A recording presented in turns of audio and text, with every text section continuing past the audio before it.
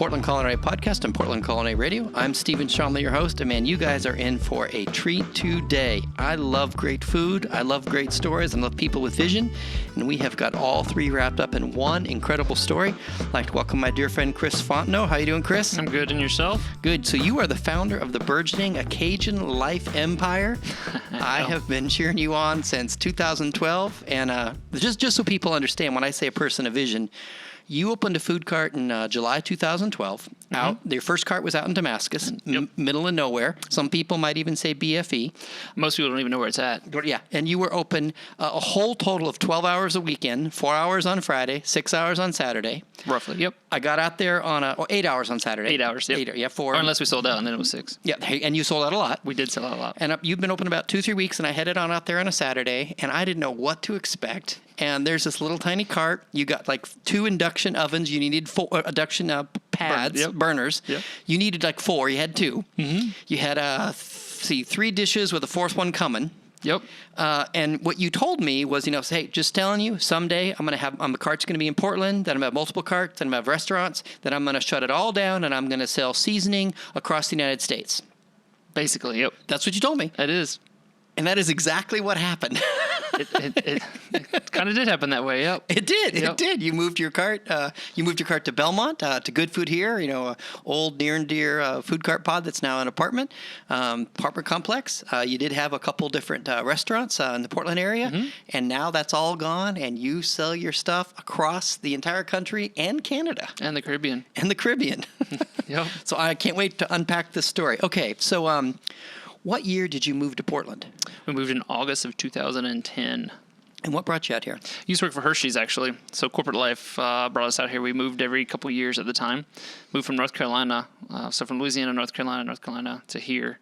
And moved out here, and we decided we loved it out here. But you chose Portland. We did choose Portland, Your work didn't send you. No. A job came open, and you chose to come here. We did. So the way it works at Hershey's and a lot of big companies is positions come open that you're eligible for. You can choose whether to apply for them or not. They tell you the city, the salary grade, what you're going to be doing, the whole 9. And then you compete for it. And Portland came up actually twice, and we were like, no, we're not going to. We know nothing about Portland. We've never been. No one we know has ever been to Portland. Why would we go there? And it came up a third time. We're like, you know what? We should probably consider Portland. Let's just check it out. And started Googling some pictures and things about it, and decided Portland seems like a pretty cool place. Let's go for it. And ultimately, obviously, I got the job because I'm here. And we moved out here having literally never been here. That's insane. Yeah.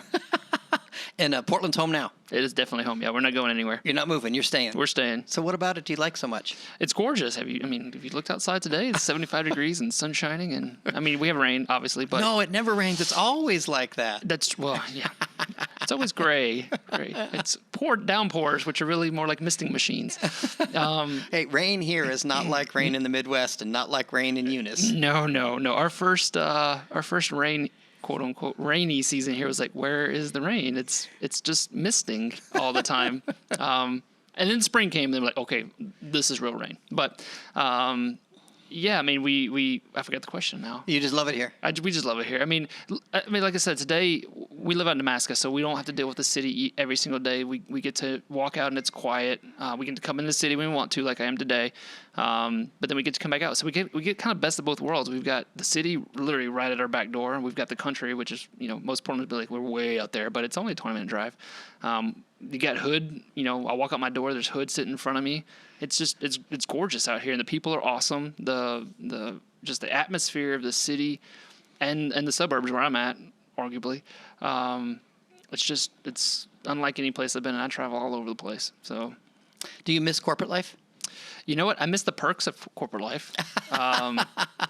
There's a lot of things like playing golf every week with customers, sometimes multiple times a week. That was nice, going out places and taking them out to eat, and I can go to Fogo de Chao instead of, Burger King. You get those things that are definitely, I miss those, but ultimately I don't know. In fact, my wife asked me just recently, do you miss working corporate life? And I realized at that point I definitely don't. I get too many other perks being a business owner than corporate could ever offer me. Okay, so you opened your food cart July 2012. 2013, you moved to Good Food Here in Portland, became a proper Portland food cart. That's it. And what were the dishes you sold at the food cart? So the original dishes were gumbo, crawfish étouffée, crawfish pistolets, and then something we called Bayou Boogie, which is something I grew up on, and we needed to name it, so that's what we named it. And that what was is the original 4. And what is it? It's chicken sausage and tasso with like a pan sauce that you serve over rice, and it's still my favorite dish ever. It's fantastic. For those who don't know, what's tasso? It's Tasso, right? Yep. And what is tasso? It's a very specific cut of pork that's been smoked and well seasoned. It's hard to find actually outside of the state of Louisiana, and when you do, it's usually a little pricey, but it's worth it. Trust me. Okay, and then the thing I loved about your story is when you had your food cart in Portland on Belmont. Where did you get your tasso from? We flew everything in still. Yeah, so I'm still from Louisiana. From Louisiana. All of our restaurants, we initially flew in everything, overnighted it, or actually same dated. So we are TSA certified shippers, so we can ship anything on an airline. I can ship it from Louisiana at 6 a.m. in the morning. I'll have it 7 p.m. tonight here in Portland. So it came super fresh. You got it out of Lafayette, right? We got it actually out of Opelousas. Opelousas. Yep. Actually, some out of Eunice and some out of where I'm from, and then some out of Opelousas. And then once we had multiple restaurants, we started shipping it up here by the pallets basically. But it all came out of Louisiana. Yeah, because you wanted the real I wanted tasso. authentic. I wanted not just a tasso or sausage as well. That's true. I wanted everything to be authentic, and a lot of those meats you just can't get anywhere else. It's just different. It's just different. Yep. Having been there with you, I know exactly. You were a gumbo fanatic. I'd literally scoop it up and you'd let it sit there for 20 minutes while it did its thing, and it's so good. Man, I wanted like extra rice. I saw the flashback happen in your face. It was so good. I still am grumpy at you for not having that food. I still want that, but maybe I hear tell. Maybe at the end of the podcast we'll give people some hope. But okay, so then 2014 you opened some restaurants. You had a couple restaurants. 2016 you really started moving into the seasoning, and by January 2017, everything's gone, and you're just selling seasoning. Yeah. So sort of the history on that. In 15, I had the opportunity to leave corporate life with a check in my hand. I was of a salary grade at a time that they were giving out packages.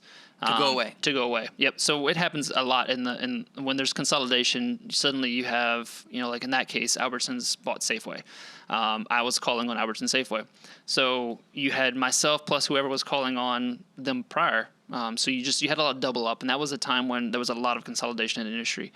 Long story short, they gave packages out. I chose to take one, and then got into the business for the first time ever since we launched full time. Because before you were doing double duty, you were doing what I call a big time side hustle. Yeah. You had your full time day job. Yep. And then you weren't just doing a side hustle to make Uber or Lyft an extra couple $100 a week. Your goal was to someday do it full time. My goal was to, by my 10-year anniversary at Hershey's, to be able to have the opportunity to leave.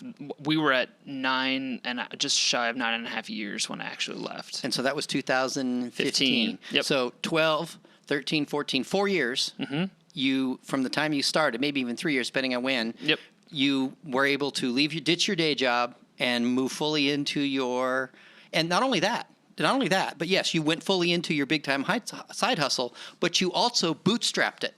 The whole time. You didn't take like a big loan. You were putting money back in and putting money back in, and Yep, the whole time. And then so I left and we got into it, and it was by that point we were picking up some retail with our seasonings, and in 16 it became blaringly obvious that it was time to exit the restaurants. The seasonings were starting to pick up steam, and I wasn't really doing anything with them yet. So they were already doing what I envisioned them to do, and I hadn't even done anything with it. So that was like, okay, it's time to get out of the restaurant. The focus needs to shift because the restaurants take a lot of work. Anybody who's done restaurants or food carts, it's a lot of work. And it's hard to be one person who handles managing of both, even though I had managers, at each location, but ultimately managing two businesses. So we had the restaurant business, which operated very differently from the packaged goods business. So it was that's what was like, time to get out, time to make that pivot that was always known was going to happen, and we did. So we went from having revenue of 4 restaurants plus packaged goods to just packaged goods. So it was like starting over again. Okay, just back to the glory days of the food cart. I remember out in Damascus. Now, how many tables did you have? 0. People just sat on the sidewalk. Which wasn't even really a sidewalk. Mm-hmm. I mean, it just sat. And how people would drive from roughly how far? The farthest we know is 3 hours, but it was very common for us to get people from 2-3 hours away. They'd either call us, message us on Facebook, email us, say, hey, we're coming on this date at this time. Don't sell out. Here's what we're ordering. Make sure when we get there, because they knew we'd sell out pretty often. And they literally would drive They'd get the food. I would watch them cross the street and sit on the sidewalk, like on the street, basically, because we were on the street, and then get in the car and be like, okay, we'll see you in a few weeks, and they'd go back home. It was a freakingly common scenario that happened. So your first seasoning was the all-purpose Cajun seasoning. Yep. And when did you first have that for sale that I could buy one? I remember when I bought one. Yeah, so it was we kickstarted it in spring of 2013. It was officially for sale in June of that same year. So we funded in April, I believe, and then we were ready and on market in June. And so what made you why did you even think that you could cook? You have no culinary background. You're zero. You're not a chef. No. I mean, technically, I guess I am because I've sold food for a living, but I'm not. But trained. Up until that point, yeah, you weren't trained. You just cooked in your. What made you think you could make a food cart go selling this food? You know, it happened. So I'm from South Louisiana, I'm from Eunice. I moved to North Louisiana, which is very different from South Louisiana, and would cook for people and be like, this freaking food's amazing. It's like, okay, you should sell it. And I'm like, no, I'm in Louisiana. I'm not selling Cajun food in Louisiana. That's not me. I'm not a chef. I'm not a chef. A chef can open a Cajun place in Louisiana. Go for it. But me, no. So then we moved to North Carolina, and it happened again. And then we moved out here, and it happened again. We'd cook for people and be like, you need to sell this crap. And I'm like, oh, all right, well, there's a food cart scene here. We can launch a food cart for relatively inexpensive. Let's just test it out, see what happens. And that's basically how we came to open a food cart. It was like, we keep making this stuff. We might as well make it for money. And see how it goes. And if it doesn't work out, you know what? We're not out a ton of money, but we tried. Yep. So this is food you grew up eating. It's all food. These are the recipes we use were my parents and are my own recipes that I tweaked. Yeah. Yep. And for those that don't know, Eunice is the heart of Cajun country. The Cajun Zydeco Scenic Byway runs right through Eunice, Highway 190. Yep. It's just, if you ever get to go to Eunice, it's a fantastic place. I have goosebumps right now. We took you there. Oh, it was fantastic. I had just a great time. I have pictures of you literally, because you couldn't keep your eyes open. We were wearing you thin. Oh, man. I never worked so hard in my life. Remember, we got to speak at the Liberty Theater. We did. That was so much fun. Sign our names. My name's still on the wall. Yeah, that is fantastic. And they have the World Championship Crawfish A2 Championships every year there in Eunice. And Ray's Donuts. Give a shout out to Ray's Donuts. Yeah. Those are some Ray's. Those are some of the best donuts. I love donuts, and there's a lot of good donuts in Portland. But man, those Ray's, there's something special about them. Butter beads, man.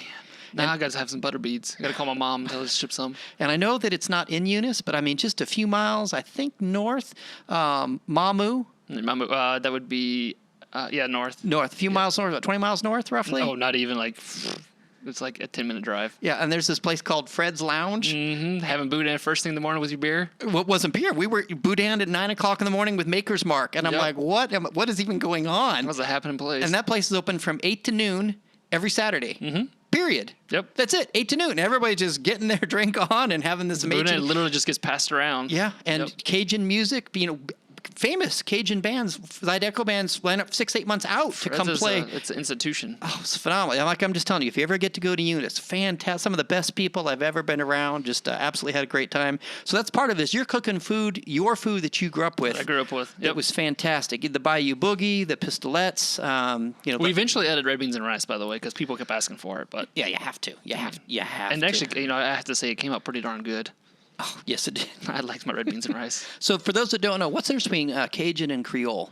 Usually it's based on the cooking preferences. So Cajuns typically use roux as a base in their cooking for most dishes, whereas Creoles use tomatoes for their base. And what's a roux? For those that don't know. It's the way to describe a roux is a perfectly burnt flour. So a little bit of flour, a little bit of oil. And basically, you have to baby it until it gets to the right consistency. And once you get there, though, if you add it as a base to certain things, it just makes things taste infinitely better. So Cajun generally is roux-based, whereas Creole's generally tomato-based. Yep. So we get it all the time in the restaurants. They'd look at our gumbo and be like, this isn't real Cajun food. It's brown. It should be red. I'm like, no, you had a Creole gumbo. This is not Creole food. That's a common misconception because most people think Cajun, they think New Orleans. Yep. New Orleans is Creole, definitively Creole. They sell some Cajun dishes there. Yep. But Cajun by Louisiana standards is only a handful of parishes that the state has designated this is Cajun quote-unquote country. And Lafayette, right? Lafayette East, kind of? Basically Lafayette and surrounding parishes all the way through Baton Rouge. There's some further south. But New Orleans is considered big city or Creole. Right. And if you're in Eunice area, you're Cajun as long as you don't go north of Turkey Creek. Because that's bad, man. Turkey Creek, don't go up that way. Yeah, you're going to Yankee country up there. Yep. One more thing I got to mention about Eunice that blew my mind that I still missed. You know what it is? Daiquiri Shacks. Daiquiri Shacks and Go Cups. Geaux Go Cups. I mean, it is the craziest thing. You pull up to this, it's like a drive-through coffee shop, but instead they give liquor. you with this big, huge styrofoam cup with a little straw cap on the little cap on the straw. That's recent. And it's the best cocktails you ever had, and all of them you can get them like Slurpee, slushy flavor, or just on ice. Full on 64 ounces too. Oh, and it's like, we need to go. I was like, when we were there, we need to go back. We need to go back. It was just so crazy. I tell people about it all the time, like, you're crazy, and then I take them down there and be like, are you ready to have your mind blown? And we drive through, and like they're getting their IDs out. I'm like, oh no, only the driver needs the ID. Yeah, the passengers don't need it. Yeah, if there's 4 people, the driver can buy 4 beverages. That's right. That's right. And all you need is your own ID. And it's so hot some days, you just need to go back to the Daiquiri Shack for another one. Daiquiri Shack. Okay, so what made you think you could do seasonings? Because I get while you're cooking. Okay, you're cooking this food that you grew up from your mom, and shout out to your mom and dad. I've met them; they're wonderful people.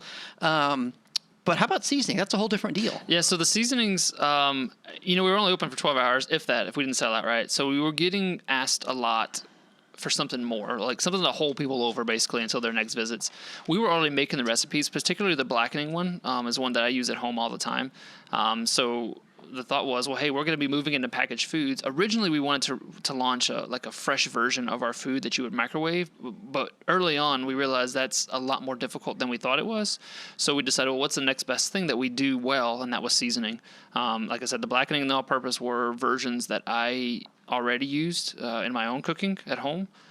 So we decided to commercialize them and make them available for the consumers. So you started out because you have to start with something with the all-purpose. The all-purpose because it was the most versatile, so it allowed most usage occasions by our customers. But the blackening rub, you use that at home on what special dish? My wife's actually favorite dish. It's blackened chicken fettuccine. And there's actually a website now. An article now on the Cajun Life website for that dish. The recipe for that dish is on our website. Yep. Do you mind if I share it on the share away. On the website that goes with this podcast? There's several recipes on there that I think people would enjoy. They're I would like to say curated recipes because we don't have many on there. So if they're on there for a reason. Yep. And I know you're an amazing cook because I've eaten your food. And did you ever think anybody'd ever tell you that growing up? No, it's just what I grew up with. By the way, I forgot the questions I always ask. Where were you born? I was born in Eunice, Louisiana. Okay, and where'd you go to high school? Eunice High. And what's the mascot there? The Bobcats. The Bobcats, all right. Mm-hmm. Okay, so because the food cart days were wonderful, but you went into spices and seasonings, that kind of thing. Mm-hmm. What was the first place that actually, when and where, carried your stuff? Yep, New Seasons. So bless them. They've helped so many great local brands get a start. They had a Mardi Gras promotion going on, and it just so happened that I messaged them, and Chris got back to me. I won't even attempt his last name because I always butcher it. Got back to me and said, hey, by the way, we're doing this Mardi Gras promotion. Is there any chance you can get us product through this distributor by this date? And I'm like, I'm not even set up with that distributor, so sure. So we went through the process, and we had this like back end deal where I delivered all the product on behalf of my distributor one day to all the stores, and off we went. So and then the distributor billed them, I billed the distributor, and and there we go. And then locally, you went roughly to QFC. QFC picked us up through the same distributor. QFC picked us up without even me knowing. Yeah, you just oh my gosh. I walked in one day and I was like, oh, there's our product. Yeah, and then market of choice.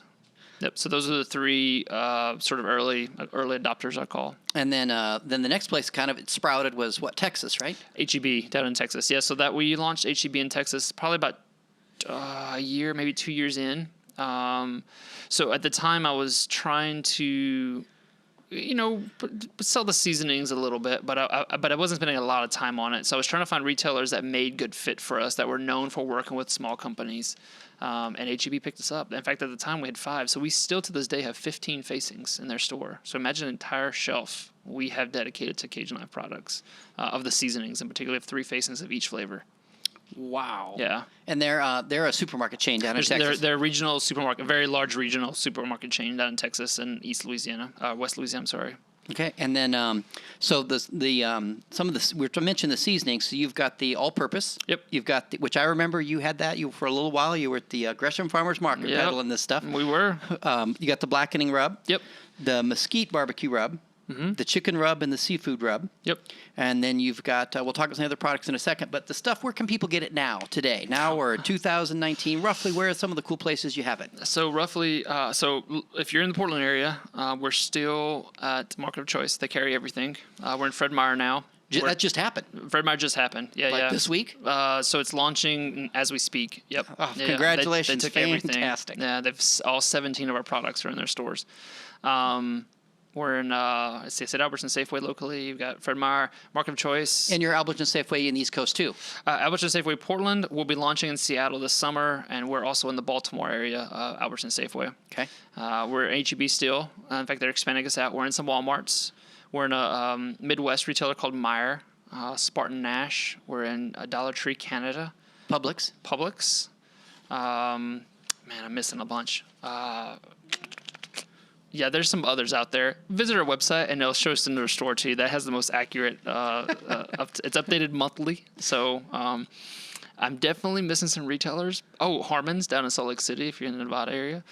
Crap, I'm missing some, but there's a lot. And but people can go to CajunLife.com. Yep, and you can either order online through our website, or you can just hit the Find Us, and it's going to ping your computer and tell you the nearest store is X miles away. Yep. And then you can go from there. And people can also get your stuff on Amazon. Yep, or any of our retailers' websites as well, because shipping comes into play. So for us, if $30 or more, shipping is free, and we created custom bundles to help you easily get to that, so you can get a sampling of everything without having to be like, okay, how do I get to $30? You just click the right buttons and free shipping. And I remember when I love branding. I didn't know way back in the day that I loved branding, but I love branding. I love things really well named and with a great story. Yeah. And the first time I met you at Cajun Life, and I go, do you own that domain? You said, I do, at CajunLife.com. I smiled so big. Where'd that name come from? Because that is a fantastic name. So I'm a big branding person as well. And I spent months trying to decide what to name the company, because what I didn't want is for it to be like Chris's Cajun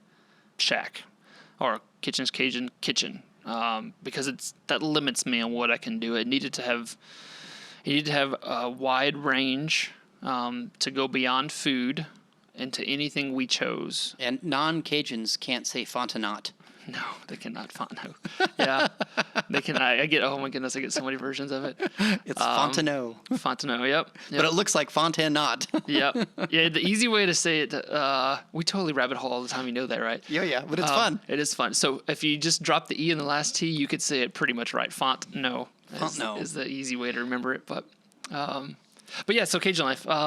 So I wanted to have a lot of range, and I wanted to encompass the Cajun lifestyle.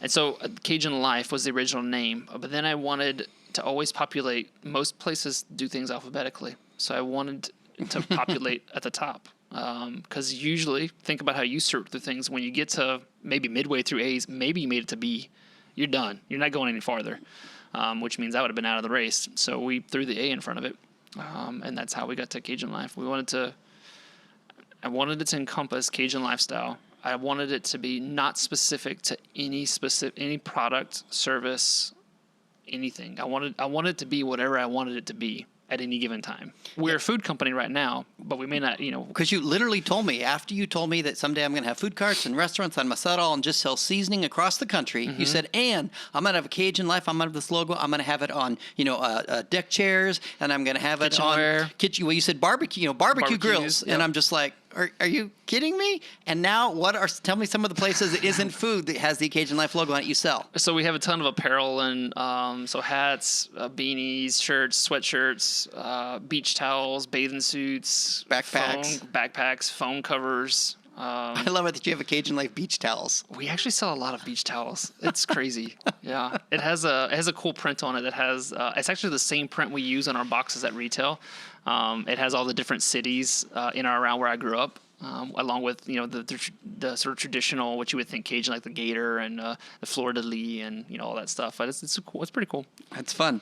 So how's it feel seeing what's happened? I know you're a big visionary. You got big dreams for more, but how's it feel to see what's come about? It's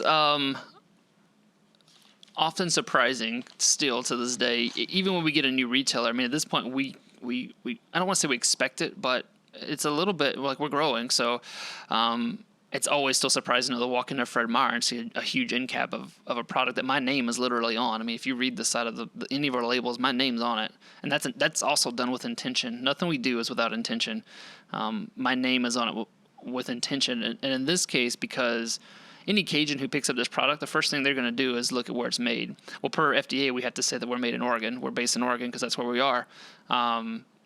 So I have to let people know my story. So Eunice is called out on there. Yep. My name, first and last, is on the side so they can see that I am, in fact, who I am, who I say I am. If you go to the Eunice phone book, not that phone books exist anymore, but there's a whole bunch of Fontenot. There's a whole bunch of Fontenot. Yeah.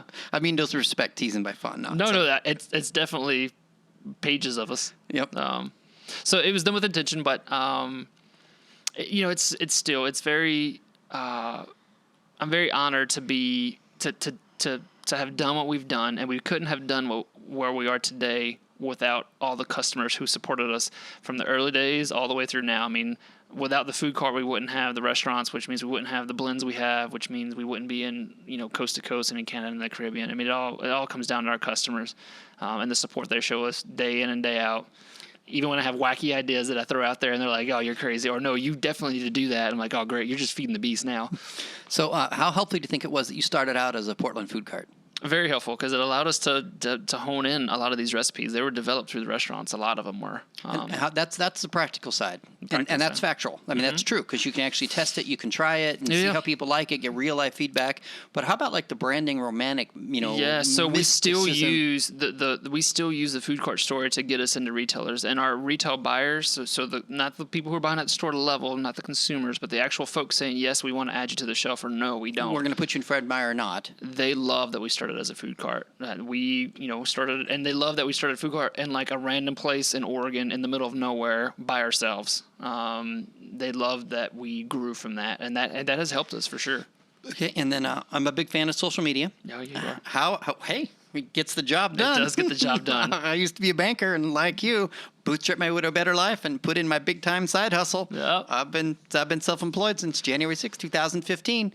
3 years and 6 days to ditch my day job, baby. Nice. Okay. How helpful was social? Wait, what was the date? January 6, 2015.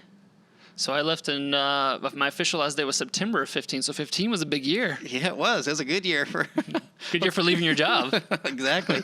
So how was it? How helpful in the early days was social media? Oh, there was no way we could have done anything without it. I mean, that's how we got our name out. That's how people knew we even existed. Because let's be frank, I'm not going to name who, but y'all know who. Buying their AdWords is very expensive and doesn't really get you much. A Facebook page done well, and I'm not saying we did it well early on. But you did it. But we did it. And you did regular posts. Always. We had a minimum of 3 posts a week. Always. To this day, we try to post at a minimum, no matter what else is going on, 3 days a week. Enough to show up on your feed, but not so much that we're bombarding you. Yep. So we still focus heavily on social media. And in the early days, like I said, without it, people wouldn't have known we existed. And that's how we reached everybody. Now today, you got a burgeoning empire. It's still helpful. Oh, we still leverage it every way we can. Even more so, I'd say, now than we did then, because we have the resources to fully unlock its potential. Now, I love culinary brands starting out that grow. So think about, I'll give you the question and give it a little stuff while you think. But think about some advice you might have for people like Tina May Shea. Mm-hmm. She started, making barbecue sauce. I literally just texted her yesterday because I cut the grass. And I just literally, as I was cutting, I was like, I want some Tina barbecue. Because she posts her barbecue all the time. So I'm constantly seeing her pictures. And I literally just wanted to bite into one of those racks of ribs she's always posting about. Oh, man. Tina, if you're listening, I want some barbecue. She does does just a fantastic brand. Her barbecue sauce is just... She's actually launching at Fred Meyer as well. I maybe I'm spilling the beans, but... oh, no, she's super, super proud of that. I cannot tell you how proud of her, because she started out, just selling stuff like you did and putting together, making it happen. And then Saucy makes barbecue sauce. Great story how she got that name. You should ask her sometime where that came from. But it was really fun. But, she's now she's not where you're at, but she's headed in that direction. But think about her when she was first starting, and she's going to somehow get her sauces in stores and somehow make it happen. What advice would you have for someone like that? I would give her the same advice I give everybody is just do it. Like, you have the idea, you've been toying around with it, you have to take that step. Just like I had to take that step. And it's so easy to give a reason, this isn't the right time, like I don't have the resources, infinite number of reasons I gave myself. So just take the step. And then once you take that step, follow it through. There's going to be ups and there's going to be downs. I'm still seeing ups and downs, and we're much bigger than we were. And I don't foresee those ever ending. You just have to power through those bad times, because the good times are way worth it. They way outweigh the bad times. Yeah, topic, the details for another time. I've taught my son Zach for years, there's thorns in the garden. There's thorns in the football. You will have frustration in your work, period. Yep. Like it or not, and that's kind of helped him through some tough times. Whether you own your own business or you're working for somebody else, there's going to be downtimes. Whatever your work is. That's right. And they're infinitely compounded when they're your business, because you know all the ins and outs. But you just have to power through them, and if you work your way through them, it's always better on the other side. And you look back and like, what the heck was I so wound up for? Like, there was no reason to be wound up the way I was and so stressed out. And I'm to the point now where I've come to expect it. So when it does come, it's like, all right, well, let's work through it and move on. Like, it doesn't do to me what it used to do to me. And I so agree with your counsel. If dreams don't die. If you have this ache to do something, what happens if you don't do it is they don't die. They just smolder in your heart and create ongoing ache. And you have to go for it. I love what you said. Go for it. And I can't ever promise anyone that the dreams will come true, but I can promise if they pursue them, they will end up somewhere. They may not end up at A to B. They may end up at point C. But the beauty of point C, I got a video there. It is so much better to head off after the life you imagine. Well, and I know. Oh my goodness, I can name so many people who are much older than I am in life, and they'll tell you like, oh, I envy you for taking the step. I'm like, you could do it. Just like, oh no, I'm too old now. I'm like, you're never too old. Like you're 50, 60, 70 years old. You still got time. What's stopping you? Do it. Like, do it. So Richard Branson, I love Richard Branson. He's a very direct guy. And he had a book many years ago that I fully, I don't want to say endorse, but I love the title because I agree with it. It's called Screw It, Just Do It. And I think that's entrepreneur. And I got to tell you, once you take that step, I've already got ideas for like when I'm done with this, and like we've sold the company or done whatever we're doing with it that I'm ready to do.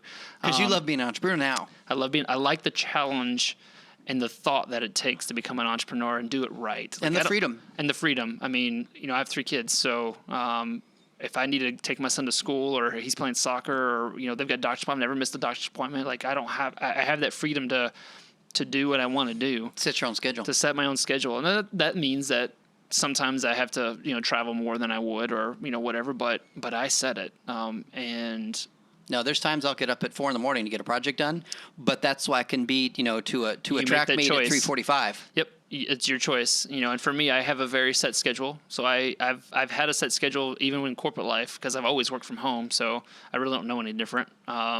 So for me, I have a very specific schedule that I work during the day, and I do divvy from that, veer from that as needed. Like today, I've veered from to come meet with you, but there's usually an offset somewhere. So.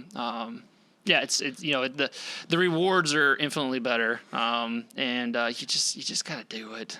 All right, so back to the seasoning. I have this cool green. Fell in love with it the first time I saw it. All-purpose Cajun seasoning on my shelf in my kitchen. So, what do people, if they buy it, what should they do with it? Use it on anything. Just replace your salt and pepper. So we're gonna give you the all-purpose in particular. Is as versatile as it comes. People use it in ways we didn't even think about. So if you look at the side, there's little characters of different animals. Yep. What's not on there that I didn't even think about? Vegetables. You know what else is not on there? Popcorn, dips, frozen pizzas. I put it on spaghetti. Spaghetti. It's amazing. Have you tried it on eggs or potatoes yet? Oh yeah, I love it on You'll egg. never have it any other way again. I mean, literally, however you use salt and pepper, you use this instead, and it's going to give you a very complex flavor profile that you can't get otherwise. Oh, and by the way, we're about 60% lower sodium than most of our competitors. So if you're worried about like lifestyle, we're gluten-free, non-GMO, there's no MSG.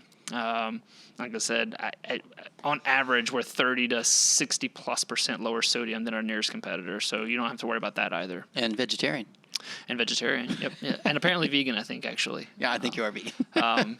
So, yeah, there's all that. Basically, we check all the boxes. Okay, and how about the blackening rub? How could people use that? Yeah, so the blackening one, you can use on meat or seafood, although a lot of people use it on other things as well. So they use it in place of like the all-purpose. So they don't use it like a rub. They use it like a seasoning. They use it like a seasoning, yeah. It's intended person. So, again, people use their seasonings in ways I never thought about. Yep. Its intended purpose is to take a fish or seafood, any kind of seafood or meat, particularly like chicken, shrimp, whitefish. Basically put a layer of olive oil, thin layer, sprinkle it on pretty generously, and then while you're doing this, make sure your pan is like piping hot, like it's hot. With a little bit of oil, and then you're gonna literally put, like, say, chicken. You're gonna put one side down for 2 or 3 minutes. You're gonna get char. Make sure your fan is on high because it needs to suck all the fumes out. And then you're gonna flip it for 2 or 3 minutes so you get that charred again, and then you're gonna finish it in the oven. If it's shrimp or something like that, it's gonna finish cooking in the pot when you sear it. Or like a whitefish, you're gonna cook it in the pot. But if it's a chicken or some people use it on steak or anything like that, you're gonna need to finish it in the oven and get to your right temperatures. But that's how it's meant to be used. But like I said, people use it as regular season because there's a little more paprika in it, and they like that paprika flavor. Okay, one of your newest things is all these fries and mixes here. So I've got Hush Puppy Mix. So you literally can make Hush Puppies. Oh, they're so good. So there's a video on our website, actually, of us on a website called Zoolily, and that we made the Hush Puppies on that show, or on their program, and the hosts, they kept coming back for the Hush Puppies because they're lightly sweet, so you get that cornmeal flavor with a little bit of sweet. So if you imagine like a sweet cornbread that's been fried, that's kind of what you get with our Hush Puppy. It's so good. Oh, that sounds good. Okay, and this seafood boil. Yep. So you have cooked for me a crawfish boil, a crawfish boil. Yeah, where there was newspaper and just dumped a bunch of stuff out, and we just went at it like a pack of wolves. Mm-hmm. It was some sausage in it, and sausage and corn and potatoes. Oh, it was so good. So is this for that kind of boil? It is. Yep. So you just add it to the water and whatever seafood you want, and on the back of the bag it'll tell you how long to boil it for or let it soak for, depending on how many pounds and what seafood you're using. Seafood boil in a bag, man, you're a genius. Okay, and then you got fish fry and chicken fry. Yep. So those you can actually use the air fryer as well. I know that's the first thing we get asked. You can, in fact, use these in air fryers. Oh, nice. You don't have to oil fry, but basically you just coat your chicken, your fish, whatever it is you want to have breading. It doesn't matter, and they're interchangeable. So you can, if you prefer like a cornmeal style, then you would use the fish fry. If you want like more of a flour based, you would use the chicken fry. Yeah, because it says fish fry also great on chicken, chicken fry also great on fish. Yep. But it's not the same thing, just in a different. Okay, you're not just messing with us. No, one is flour based, one is cornmeal based. Yep. So like if you want gluten free, for instance, the gluten free one would be the fish fry. Yeah, I think I would like the fish fry on chicken actually. It's very good. Like I said, if you want more cornmeal, then you would stick with the fish fry. All right, and then you got these cool boxes. You got a box of gumbo mix. That's our newest ones. You got a box of jambalaya mix, and you got a box of red beans and rice mix. Mm-hmm. What the heck do you do with these boxes? Yeah, so those are basically everything you need except for the protein is in those boxes. And if you don't want the protein, you can just eat the rice? You could, yeah. So we had some people eat the red beans and rice. The jambalaya I've never cooked without meat, so I don't know how they'd come out. But the red beans and rice can be cooked without the meat. Now, fair warning. So fun story. So I'm at a trade show, and we're sampling the red beans and rice. And there was this booth next to me. And I would be lying if I could tell you the ethnicity, but basically they can't have pork. So their youngest daughter is coming over, we're chit chatting, whatever, and she's like, "Hey, I want to try this stuff." And I was like, "Okay." She's like, she asked me, "Is there any something in it?" And I was like, "No, there's not." And then she bites into it, and it happened not just her, but multiple times throughout the show, people would bite it and be like, "Wait, is there sausage in here?" And I'm like, "You didn't ask that." "Yes, there's sausage in here." He's like, "Is it pork sausage?" I'm like, "It's pork sausage." And it literally like spit it out, like wiping their tongue. But the little girl next to me, she's like eating it, and she's like, "I'm not supposed to have pork. There's pork in here." I'm like, I don't know what to tell you. And she's like, well, thanks for the first time I've had pork. I'm like, well, sorry, I don't know what to tell you. But anyway, there is pork. There's tasso powder in there to give the flavor. So fair warning, if you don't eat pork, don't eat the red beans and rice, because even though you don't put meat in it, there is the flavoring in there. So fair enough. Fair warning. But can you put these in a rice cooker? You can. So that's actually what I was going to tell you. So we've learned that you can actually put these, just follow the directions as is, put it in a rice cooker if you have one, and hit start and just walk away. And when it dings, you're ready to go, meat and all. Wow. Yeah. And what are some good meats to put in the jambalaya? So the jambalaya, I always put sausage, a good hot andouille, or if you can find a pork sausage, is my preferred. Hot pork is my preferred sausage. But if you can find an andouille, they're more accessible these days. Hot andouille with some chicken. If you want to go another layer, you can put in some shrimp, which I like to put shrimp in mine as well. So that's how I do it. With the red beans and rice, usually just sausage of any sort. And then the gumbo, what I would say about the gumbo. So the gumbo, all three of these, by the way, these are based off the recipes we had in the restaurant. So they're as close as we can get to shelf-stable box form as we sold at the restaurant. And the gumbo, there's two things to say about the gumbo. One, we designed these because at this point we realized people were loving our products for more reasons than we originally designed them for. Most notably that we are lower sodium and we hit a lot of boxes. So when we created the box goods, we tried to keep that in mind. We weren't always able to attain that, but with the gumbo we were. So what I would say with that though is that there's two things we learned about the gumbo. One, depending on your appliances, you might need to go higher on the heat. So our directions say medium-high heat. Well, that's what we needed on all our test kitchens. We needed a medium-high heat to hold a hard boil. The new boxes, when we replace them, are going to say hard boil. And the reason for that is because if it doesn't hard boil for the full 45 minutes, it's going to be a little bit watery, and you want it to be thicker. So hard boil the boxes. And then two, if it seems a little off in taste, add some salt because it is lower sodium. So like if you're like me, I like salt. Give me some salt. I've seen you with your fries. Yeah, I like salt. I have to add salt to it. So just note those two things: hard boil always, and then if you want a little enhance the flavor, because again the roux in it, it's a dry roux, so it needs a little more coaxing to get it right. Add a little bit of salt, and it'll come out perfect. Yeah, and I would rather have something I need a little bit of salt than have to remove. Oh yeah, it's very hard to remove. And salt. also, it does have a little kick because it's a true gumbo. It's a true Cajun gumbo, so it does have a little kick to it. Yeah, and you mentioned hard boil. Hard boil. Yeah. Do you know how to make holy water? Do it? No. Yeah, you boil the hell out of it. Touche. I'm a dad. I got dad Touche. jokes. Yeah, and your kids are not quite old enough yet, but when they're like in middle school, that is the best time to use dad jokes to torment your children. I do some things. My oldest, he's 4. He's like, Dad, don't do that. I'm like, oh, it's already started. Okay, what's some fun stuff that might be coming on the horizon in the next couple years? My goodness, you already gave away half of it. We got kitchenware. No. So in the near future, we have a snack product that's going to be coming out. It won't be branded. It'll be sub-branded with Cajun Life. But again, we've talked in the past about the halo effect. If you notice all of our packaging halos to our other products, this will create another halo effect for our bread into another category within the store. So we have a snack product. It will take a sub-brand, but it will be on there. Ready to eat. So what does ready to eat mean? Basically, it just means that it's already cooked and ready. You just have to heat it up. What kind of magic are you going to finally have for me ready to eat? You'll have your gumbo. You'll have Bayou Boogie. Oh, thank goodness. Yeah, you'll have probably red beans and rice. Bayou Boogie. We'll have Bayou Boogie. That is so good. Bayou Boogie has caused some viscosity issues because when you switch to full-scale manufacturing, it has to be able to move around the system. Yep. So we're having to figure out how to make it work. You're working it, but you'll get it. We're getting there. Yeah, and so gumbo, Bayou Boogie. What else? Red beans and rice. We'll have the etouffee. Etouffee. Your etouffee is so good. So fun story about the etouffee. Not only do we plan on launching it in the ready-to-eat form, but we likely will launch it in a shelf-stable form as well, where it'll be in a jar on the shelf, and you just have to reheat it as well, and just add rice. I still remember the day we each had 30 helpings of crawfish etouffee. we need to go back to that competition. It just happened, actually, a few weeks ago. Yeah, we need to go back sometime. I'd love to judge that again. I was in town, but I missed it by a week. Yeah, 30 helpings of etouffee we had in one sitting. That was incredible. Man, they had some really good ones and some really bad ones. They did. Yeah. They did. Okay, so you're going to have etouffee, you're going to have gumbo, you're going to have Bayou Boogie, and red beans and rice. We'll probably have a seafood chowder. That one, okay, fun story about that one. So we were trying to create... A Cajun seafood chowder? A Cajun seafood chowder, yeah. We were trying to create the etouffee one, and through our test iterations, what we now are calling our seafood chowder, I kept tasting. I was like, this doesn't taste like etouffee, but it tastes sure a heck like a seafood chowder. So we quote unquote banked that recipe, and we'll now have it as a seafood chowder when we launch it. So. But it was on its way to become an etouffee. It took a pit stop, and then never left that shelf.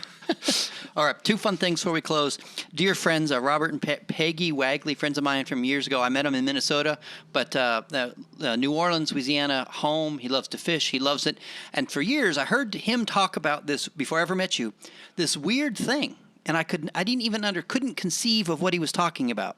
And then I'm out with you and your parents were in Eunice, and we went to a real, authentic Louisiana camp.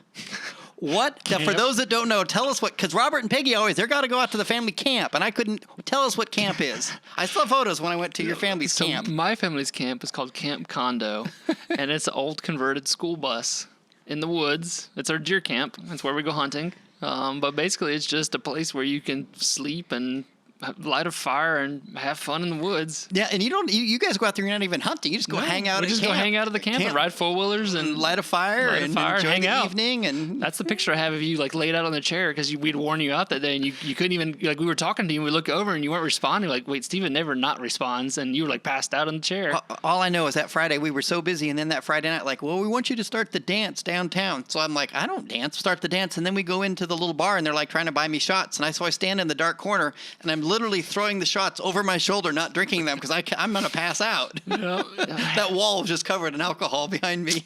Sounds about right. Yeah, the Cajuns, man, they can cook really well, and they can really good at music. But the thing they excel most at, from what I saw, drinking. Oh my gosh, I should make that an Olympic event. Okay, so we told what camps are. Yep. So for those people that never can get to Eunice, which they should go, it's a fantastic vacation trip. So I am not kidding. I'm serious as a heart attack. It really is fun to go to Eunice. I always tell people, look, I know you want to go to New Orleans. Everybody wants to go to New Orleans. Go. Absolutely go to New Orleans because you need to experience New Orleans.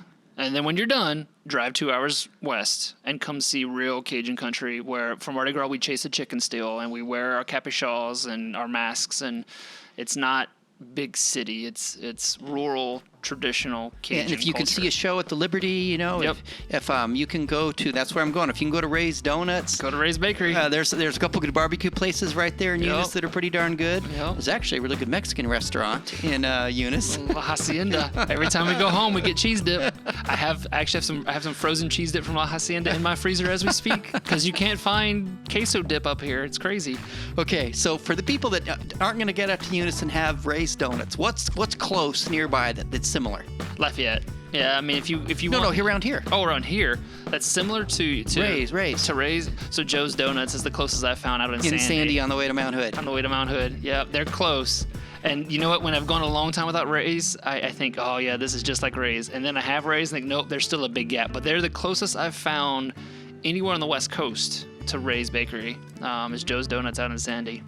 Fantastic. So good. In fact, now I'm craving a Joe's Donut now. Thanks for that. Oh, you're welcome. It's my pleasure. That's my job, making people hungry. All right. Chris, I'm just so proud of you. It's been so much fun cheering you on all these years and seeing. I wish you all more incredible success. I know behind the scenes how many people you help and you serve and you care for, and just keep doing what you're doing. I love it so much. Oh, thank you.